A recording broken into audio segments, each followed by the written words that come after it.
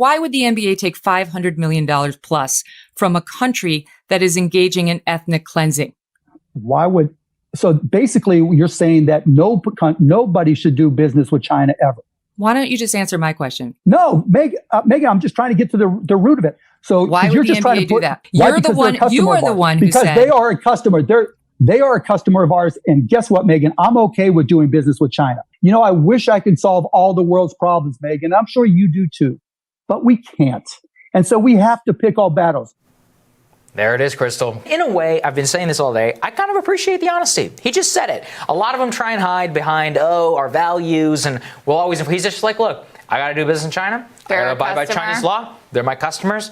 I'm going to do that. Now, we're going to have some say about that. But it makes it easier, actually, from a policy perspective, because I think it is crazy to expect people whose entire job is to maximize shareholder value not to turn to a country with 1.3 billion people and say you have to voluntarily exempt yourself, which means there's only one solution. We should just ban them from doing so. Yeah. The Chinese are like, look, if you want to do business here, you have to kowtow to us and you're going to do everything you want. We have to start playing by the same rules or we're suckers. And I mean, guess what? We are suckers. I mean, yeah. Let's just be clear that what's going on in China right now is probably the largest scale ethnic cleansing happening in the world at this moment. Just like, let's be clear about the reality of the morality of the Chinese regime, very different from the Chinese people. This whole exchange really reveals the way that China has very smartly weaponized our own, total capitalism at all costs, and that the bottom line value is always the bottom line and money over everything.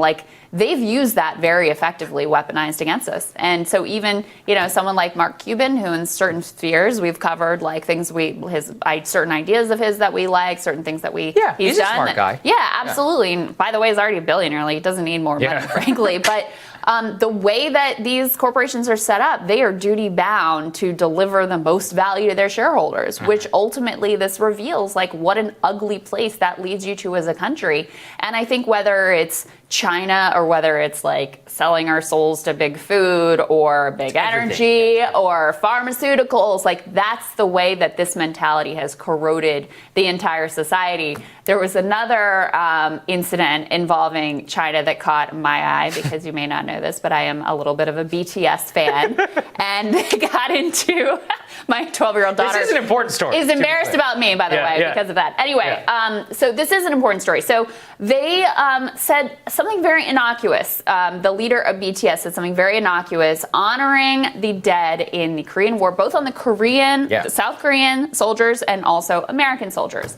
Well, China was very mad that they didn't also acknowledge the Chinese dead in that war. And so, that's one thing. But immediately, these major multinational brands started dropping their affiliation with BTS because China was unhappy with this very innocuous remark that was made. South Korean companies, to be very clear. Samsung. Right? Samsung and also Fila are the two. This is all reported out in the New York Times. That immediately dropped their affiliation over this incredibly innocuous remark, which it is crazy. It's wild to see that even something so incredibly mild could lead to this massive multinational backlash against you. And once again, look, do we honor Nazi war dead whenever we talk about World War II, or do we honor the Allied war dead? Do you ever honor the people who fought and killed your side? No, of course not. That would be insane. If the Chinese want to honor their dead with North Koreans, go for it. They can have the complicity with the Kim Jong-un regime and be very proud of what they protected and died for. Over 1 million soldiers. Okay, fine. But again, it's insane because these aren't even American companies. These are South Korean companies. Samsung would not exist without the blood of those Americans and South Koreans. South Korea, dead. It's over. It would all be Kim Il-sung territory. And they're bending over backwards. Hyundai, one of the largest car manufacturers in the world, pulls BTS, the BTS advertising. Fila, a clothing brand, it's the same thing.